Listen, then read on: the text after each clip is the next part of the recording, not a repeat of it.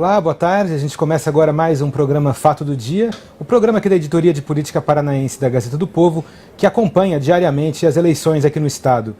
Hoje a gente vai olhar para as eleições de um jeito um pouco mais propositivo, um ângulo um pouco mais olhando o que deve ser feito depois das eleições, quais são os desafios que o próximo governante vai enfrentar. A gente selecionou 2 temas específicos, a gente vai falar um pouco sobre pedágio e um pouco sobre as contas do Estado. E para falar sobre isso está aqui a Kátia Brembati, que é repórter da Editoria de Política Paraná da Gazeta do Povo. Boa tarde, Kátia, tudo bem? Boa tarde, João, boa tarde, Júlia, boa tarde a todo mundo que nos acompanha aqui pela Gazeta do Povo. Tá também aqui a Júlia Fontes, que também é repórter ali da Editoria da Gazeta. Boa tarde, Júlia. Boa tarde para todo mundo. Bom, Kátia, você tem escrito bastante sobre o pedágio, acho que é um dos teus temas aí de especialidade, um dos temas que você acompanha direto. Em 3 anos vencem os atuais contratos do Anel de Integração. O que esse próximo governo pode fazer sobre isso? Quais decisões têm que ser tomadas por quem assumiu o Estado a partir de janeiro do ano que vem para preparar essa nova licitação, para a gente saber como vai ficar o sistema de pedágio aqui no Paraná a partir do fim desse contrato? João, esse tema é bastante importante. Digamos que ele não está tanto no radar das eleições como já esteve em eleições passadas. Não quer dizer que ele não esteja sendo tratado pelos candidatos, né? Mas em eleições passadas parecia que só tinha esse assunto, o pedágio. Eu realmente acompanho esse assunto há bastante tempo, são 14 anos, ou seja, eu vi todos os altos e baixos aí desse contrato que já tem 20 anos, né? Uma coisa que é bem importante saber, então, para quem ainda não sabe, que os contratos atuais do Anel de Integração vão acabar em 2021, ou seja, na gestão do próximo governante, de quem estiver ocupando lá o palácio, for eleito agora em outubro, para ser o governador do Paraná. Então, daqui 3 anos vencem os contratos. As pessoas podem pensar, poxa, mas então falta tempo ainda, tem muita coisa para decidir. Não é bem assim. Uma concessão, uma licitação de pedágio é muito complicada, é muito complexa. Já se sabe que vai se fazer uma concessão internacional, caso o eleito decida continuar fazendo pedágio, o que parece ser o caminho, pelo menos os principais candidatos já sinalizaram que pretendem continuar mantendo cobrança de pedágio nas principais rodovias do Paraná. O que se sabe, então, portanto, é que vai se fazer uma concorrência internacional não se faz do dia para a noite, leva pelo menos, o processo burocrático leva mais ou menos 1 ano para ser orientado, e lembrando que, ainda que o contrato termine em 2021, não dá para deixar para fazer a licitação assim na véspera de terminar o contrato, né? Precisa esse processo de transição, então já se sabe que em 2020 essa licitação tem que estar lançada, já em andamento, já começando a selecionar quais são as empresas que vão concorrer nesse processo, para que a gente não tenha nenhum tipo de afogadilho aí.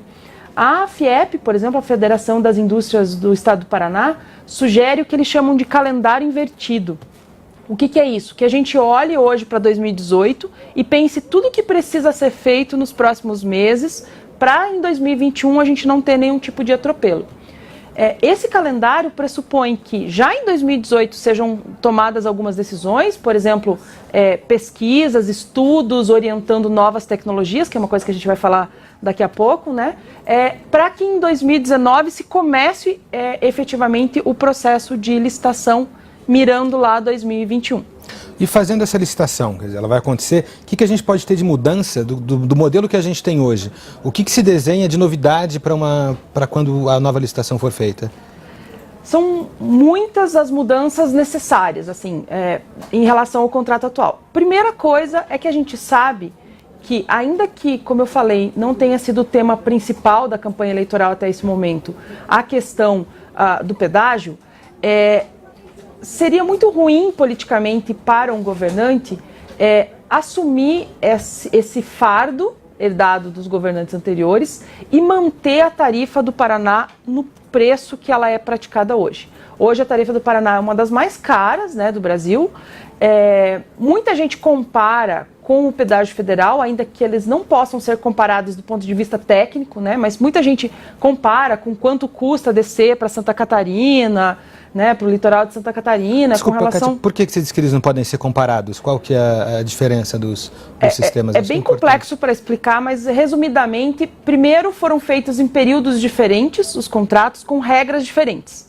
né? Então, o pedágio que foi feito em 97, 98, foi feito com um momento econômico de risco Brasil muito alto, em que a taxa Selic era muito alta, que os valores de empréstimos para as empresas eram muito altos, né? Também tem o tipo de pedágio. Então, uma coisa é você fazer um pedágio que precise fazer muitas obras, outra coisa é você pegar um trecho já todo duplicado, como foi a 101 aqui, a BR-376 e a 101 já toda duplicada, ou seja, não precisava fazer grandes obras iniciais. As concessionárias que assumiram em 97, 98 pegaram rodovias completamente sucateadas, tiveram que fazer obras emergenciais e também duplicações, né? Aí teve toda a disputa judicial envolvida nisso, que essa disputa majorou os preços por muito tempo, aquela história do cai pela metade, depois invade praça de pedágio, deixa de cobrar, não dá reajuste. Tudo isso teve uma consequência no preço da tarifa, né? Então elas não são nem tecnicamente comparáveis, né? Foram feitos em momentos econômicos completamente distintos, assim, né? Uma coisa que pesa muito na tarifa, e é uma decisão que vai ter que ser tomada, se a gente vai colocar obras grandes e pesadas no início do contrato ou no final do contrato, né? Ou no decorrer do contrato. Se você coloca obras muito caras no início do contrato, isso faz a tarifa disparar, porque a empresa precisa captar esse recurso para fazer essa obra, para depois começar a arrecadar. Se você dilui ao longo do contrato ou deixa para o final as obras mais caras, a empresa primeiro arrecada o dinheiro, não precisa fazer empréstimos, não precisa buscar recurso fora, para daí fazer a obra. Então, isso tem um peso na tarifa muito, muito significativo, né?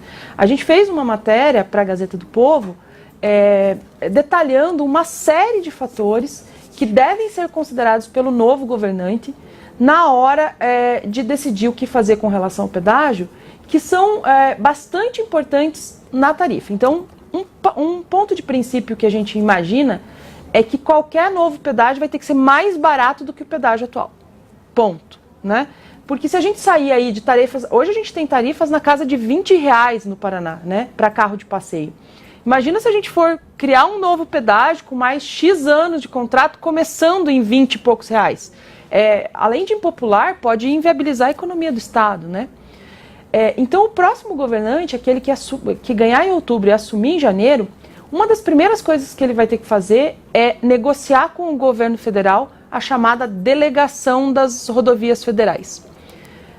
Dos 2.500 quilômetros do anel de integração, 1.800 são de rodovias federais.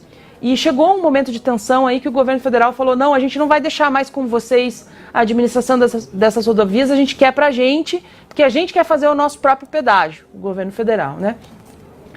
Acontece que tirar esses 1.800 quilômetros do sistema estadual de pedágio inviabiliza alguns trechos, porque daí você vai ficar com rodovias estaduais de pouco fluxo de veículos e a lógica do pedágio é rateio, né? Então quanto mais veículos passam numa determinada rodovia, mais tende o valor ser menor, dependendo, claro, das obras que foram propostas dentro daquele pedágio.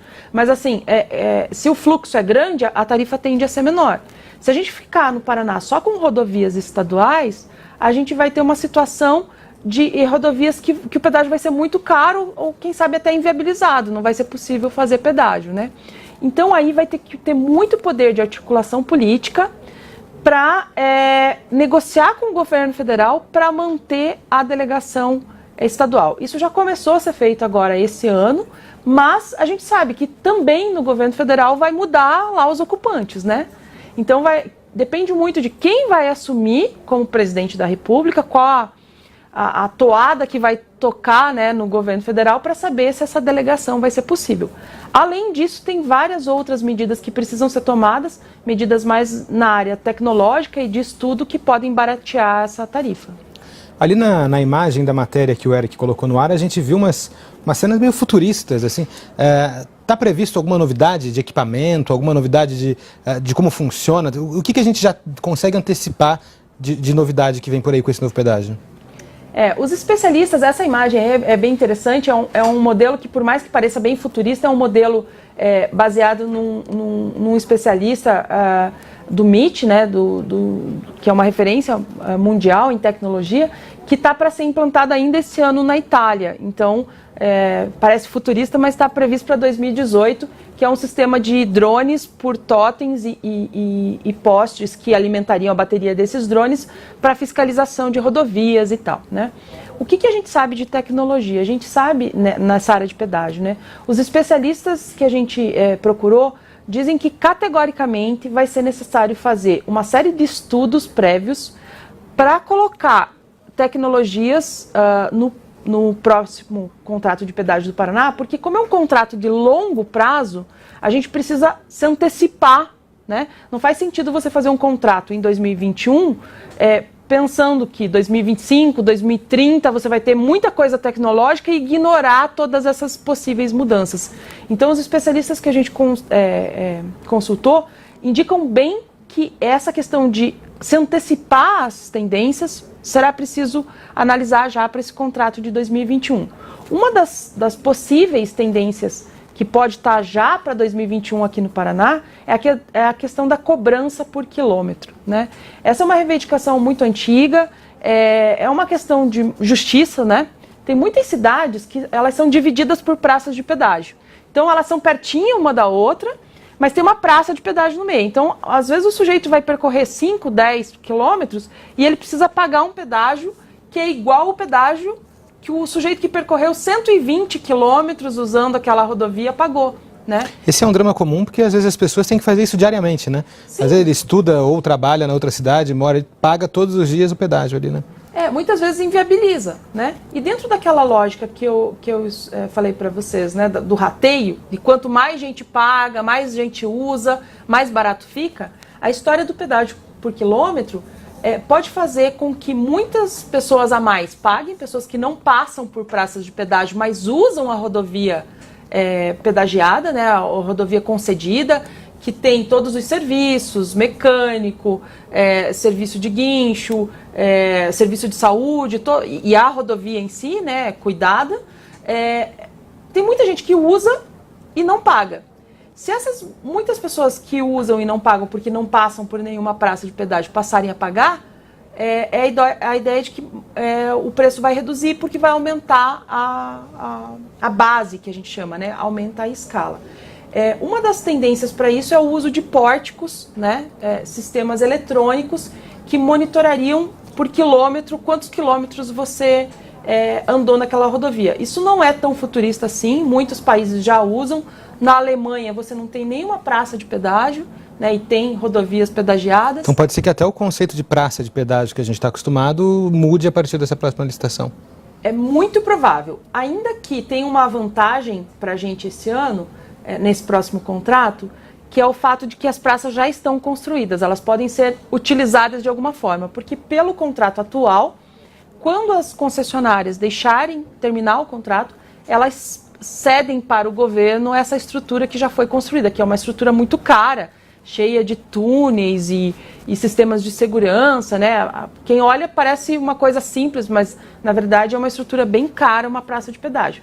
Se o governo decidir continuar usando essa estrutura por algum motivo, sei lá, um controle para saber se todo mundo tem o chip, né, a tag para pagar o pedágio, sei lá, elas podem ser usadas, um gasto a menos que vai contar na tarifa também para quem assumir a próxima concessão. Bom, antes da gente mudar de assunto, tem mais alguma dessas suas investidas aí no assunto? Tem alguma coisa ainda imprescindível da gente falar aqui? Ou você acha que deu para dar uma ideia geral do que precisava abordar? O que precisa ficar bem claro para todo mundo é que esse assunto vai precisar ser enfrentado pelo próximo governante já nos primeiros meses de governo. Quem achar que dá para deixar para 2021 para discutir isso, não é um bom negócio, né? E duas coisas que precisam ser feitas logo são os estudos para definir quais os modelos de pedágio vão ser usados. E você pode partir de duas premissas. Ou a premissa de definir um valor de tarifa, né? Quanto é socialmente aceito. O próximo governante, por exemplo, pode fazer uma pesquisa em várias regiões de quanto aquilo seria, qual tarifa não impactaria muito a economia daquela região, do estado todo, e a partir disso definir quais obras são possíveis, ou fazer o caminho inverso. Que rodovias eu quero, que obras eu preciso, e daí quanto é a tarifa que precisa para pagar aquelas obras. Então, essa definição tem que ser uma definição de 2019, sem nenhuma sombra de dúvida. Bom, então tá aí. Apesar da gente ter 3 anos para o fim dos contratos, esse é um assunto que quem assumiu o Palácio Iguaçu a partir de janeiro do ano que vem vai ter que enfrentar logo no começo. Um outro desafio muito grande que o próximo governante vai ter é o caixa. A gente vem, desde que começou em 2011, pelo menos desde 2011, a gente vem falando muito das dificuldades de caixa do governo. Isso, no curto prazo, não tem perspectiva de melhorar tanto. Então, um tipo de discussão que está muito evidente no governo é como fazer com que a gente tenha render mais, né? Uma das discussões, e aí quem vai falar sobre isso com a gente é a Júlia, é tentar buscar formas de fazer com que o dinheiro que o Estado repassa aos poderes legislativo e judiciário não onere tanto assim o executivo, né? Não deixe o executivo tão apertado. Como que funcionam esses repasses hoje e quais são as discussões que a gente tem para mudar o modo como isso tem sido feito para que sobre um pouco mais de dinheiro para que o Estado possa atender outras atividades que não essas ligadas ao legislativo e ao judiciário? Isso é uma discussão que não vem de hoje, né? Em 2015, lá, o ex-secretário da Fazenda, Mauro Ricardo, já causou até um mal-estar quando disse que legislativo e judiciário seriam ilhas de prosperidade em um continente de dificuldades. Foi essa a frase dele, né? E ele estava se referindo, então, justamente ao fato de que servidores do Executivo ficaram sem reajuste, estão aí há alguns anos, né? Acho que 3 anos sem reajuste. Desde 2016, né? Enquanto os funcionários públicos dos demais poderes continuam recebendo, né, as correções salariais. Até a gente tem um infográfico, se o Eric vai colocar ali pra gente na tela, que mostra exatamente isso, né? Na verdade, esse é o repasse, a quantidade de repasse para os demais poderes, a gente já vai falar nisso, mas o outro, esse aí mesmo. Então a gente vê ali, ó, o Executivo tem um gasto com funcionalismo muito maior do que os demais poderes, mas isso é porque o número de servidores é muito maior também, né? Se a gente vê no segundo gráfico ali. E aí, se você considerar a quantidade que é gasta com esse número de servidores, a gente vai ver que a média salarial é muito maior nos outros poderes, né? Então, ali, por exemplo, no Tribunal de Contas, a média é de R$22 mil, enquanto no Executivo é de 5 mil. Então, é uma disparidade realmente muito grande e que é, de certa forma, até impopular, né? Mas não é uma questão, assim, tão simples de ser resolvida. Porque existe uma obrigação constitucional de que o Executivo repasse os recursos para o Legislativo e para o Judiciário, o que é completamente justo porque eles precisam se manter também, né? Mas a questão é como definir a quantidade de recursos que vai para esses poderes. E aí que entra uma questão política, na verdade, porque isso é um acordo entre os chefes de poderes. O Executivo não pode simplesmente impor a sua vontade aos demais poderes e dizer, não, agora vocês vão ganhar menos do que antes. Então, aqui no Paraná funciona assim, todo ano na Lei de Diretrizes Orçamentárias existe um percentual da receita do Estado que é destinado para esses poderes. Então, por exemplo, na LDO lá de 2019, já tem os percentuais, né, que são os mesmos de alguns anos já. Então, 5% para o Poder Legislativo, 9,5% para o Poder Judiciário, e 4,1% para o Ministério Público. Aí, no caso da Defensoria Pública, o Executivo estabelece um teto lá de recursos e diz que é no máximo aquilo que a Defensoria vai receber, né? No caso de 2019, são 67,4 milhões de reais. E aí, com esse modelo, então, se a receita do Estado vai aumentando, consequentemente, os repasses também vão aumentando, que era aquele outro infográfico que a gente tinha já apresentado ali. E daí, só que ao longo dos anos, olha ali, né? Então ali é o total da receita do Estado e aí o quanto cada um dos poderes foi recebendo ao longo desses anos, né? A Defensoria ele é o que recebe menos. E aí, se a gente for fazer um cálculo ali, o gráfico está entre 2010 e 2018. Em 2010 a Defensoria Pública nem existia ainda, né? Nesse período, então, o aumento foi de 95,9%, se você considerar os repasses a todos esses órgãos, né? Então, é um aumento bem significativo. E aí, como fazer, então, quais são as possibilidades para mudar isso, né? Em 2017, se eu não me engano, 2017, o ex-governador Beto Richa tentou mudar isso, porque, assim, esse cálculo do percentual não é sobre a receita total do Estado. Retirado do cálculo, são retirados os recursos que tem os recursos carimbados, né, que a gente fala. Então, o Fundeb, que é para educação básica e valorização dos profissionais da educação. Então, é um recurso que vem para o Estado, mas que já tem uma destinação específica. Então, é retirado dessa conta. Também os recursos das contribuições para o PASEP, operações de crédito e transferências da União e outras receitas que são vinculadas. Mas, nesse conjunto, o Fundo de Participação dos Estados, que são recursos que o Estado recebe da União, é excluído. Então, o FPE é considerado no cálculo dos percentuais. Aí, em 2017, o que o ex-governador tentou fazer? Tirar esse fundo desse cálculo da receita, né? Então, ele não queria... os percentuais ele não mudariam, mas como a base de cálculo ia ficar menor, logo os repasses também ficariam menores, né? Na época, isso representaria 459 milhões a menos em repasses. Mas isso não foi para frente, né? A Assembleia Legislativa barrou e isso também causou um mal-estar do Executivo com os demais poderes. Então, eu acho que nesse ponto, assim, é uma questão de negociação que o próximo governador vai ter que conseguir fazer. A gente perguntou para os candidatos o que eles acham sobre o assunto e todos disseram que sim, que vão rever. Porque também é um pouco impopular, né, você dizer que não vai fazer nada sobre o assunto. Nessa escolha você fica entre o que pensam os presidentes dos poderes, e aí o presidente do TJ, o presidente da Assembleia, são contra essas medidas, porque tiraria recurso dos poderes, mas ao mesmo tempo você precisa de mais dinheiro para tocar a política pública do Estado, a política pública do Executivo. A gente não está dizendo aqui que Legislativo e Judiciário não são política pública, não é isso. Mas você olhando para a disparidade salarial, acho que fica evidente que os poderes têm sim uma margem ali, um grande exemplo, eu acho, disso é o cheque da Assembleia no fim do ano, né? Aquela imagem daquele checão sendo devolvido no final do ano, acho que mostra bem que talvez a divisão poderia ser um pouco mais justa e o Executivo, ficando com esse dinheiro, poderia usar para política pública, para fazer prestação de serviço à comunidade. Né? E também, assim, tem exemplos, né? Porque como não existe essa obrigação legal, por exemplo, quando eu fiz a matéria, a gente encontrou ali que o Amapá era um estado que tinha mudado essa forma de distribuir os recursos. O que o estado não deve, não pode fazer é deixar de dar o dinheiro, né? Porque o Legislativo e o Judiciário também precisam dos recursos. Mas esse é o questionamento, né? Se eles devolvem lá no final do exercício, eles devolvem uma parte do orçamento. Então, realmente precisaria de tantos recursos assim, se a gente considerar que o Executivo está passando por dificuldades?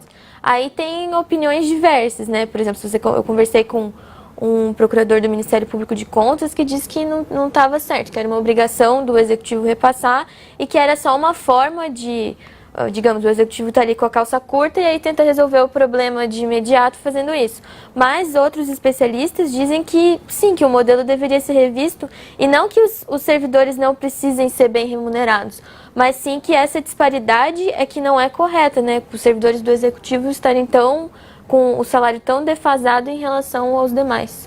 Eu acho que a questão do salário funciona mais como um indicativo, né? Um indicador de que existe de que está faltando em um lugar e parece estar sobrando em outro, né? Eu acho que funciona, mas também não é dizer para pegar todo esse dinheiro que vai sobrar para pagar salário para pagar funcionalismo. O que é importante é que o Poder Executivo consiga superar esse sufoco que vem passando nos últimos anos e fazer a política pública do jeito que tem que ser feita. Né? No fundo, a questão do salário, como você disse, é só um indicativo, né? É o sintoma de como a distribuição está desigual. Porque o salário dos servidores dos demais poderes vem desses repasses, né? Então, é um sintoma de que isso talvez esteja desequilibrado mesmo e que precisaria ser revisto. Mas, como eu disse, é uma questão que o Executivo não pode simplesmente impor.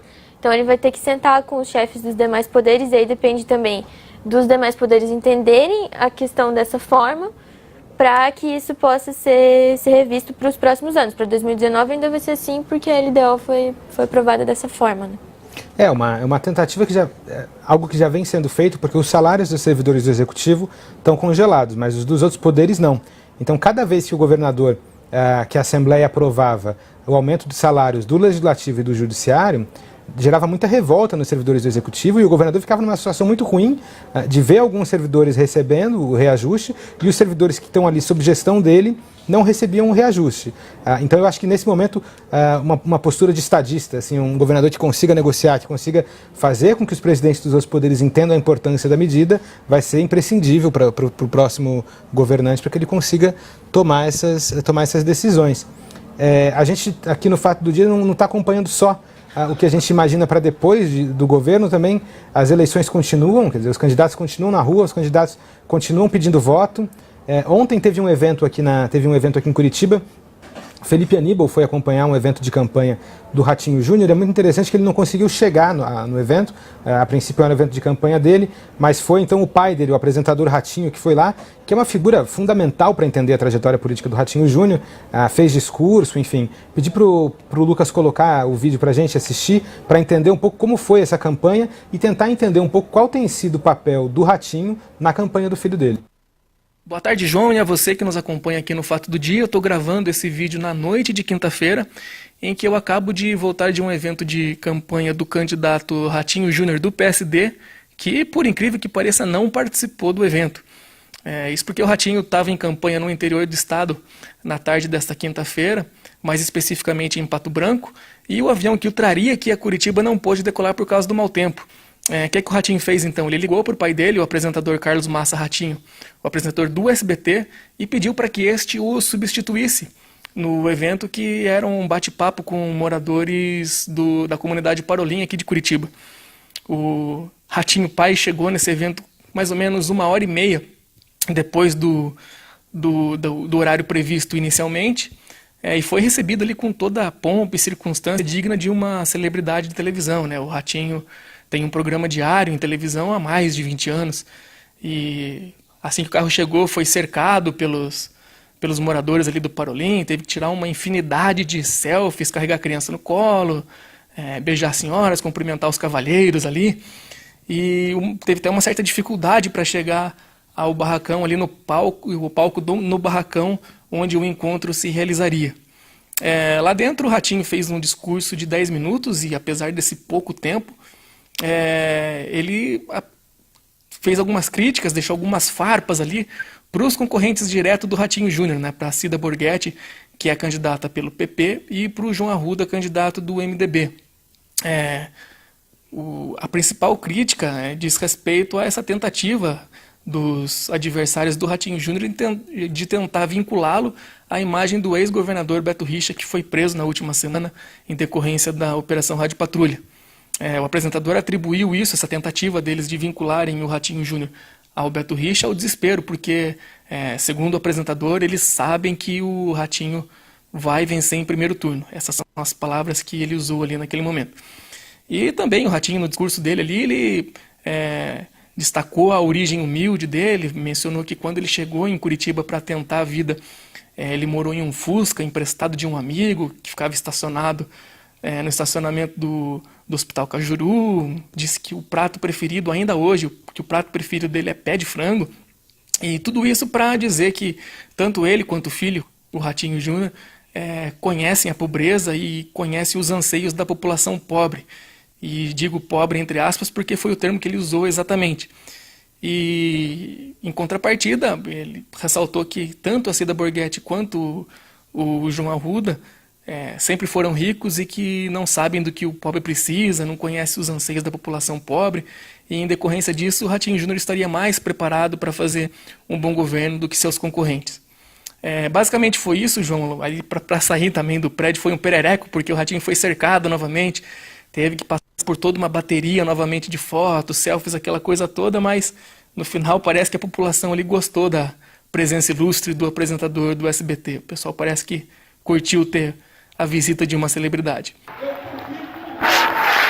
duvido que a moça agora conheça o sofrimento do pai. Ela não foi mal? Como é que ela vai fazer? Eu duvido daquele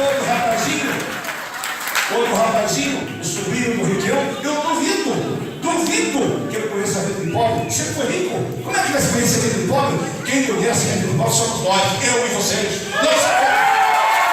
Meu filho sabe que passou por tudo isso. Começou a falar com 13 anos.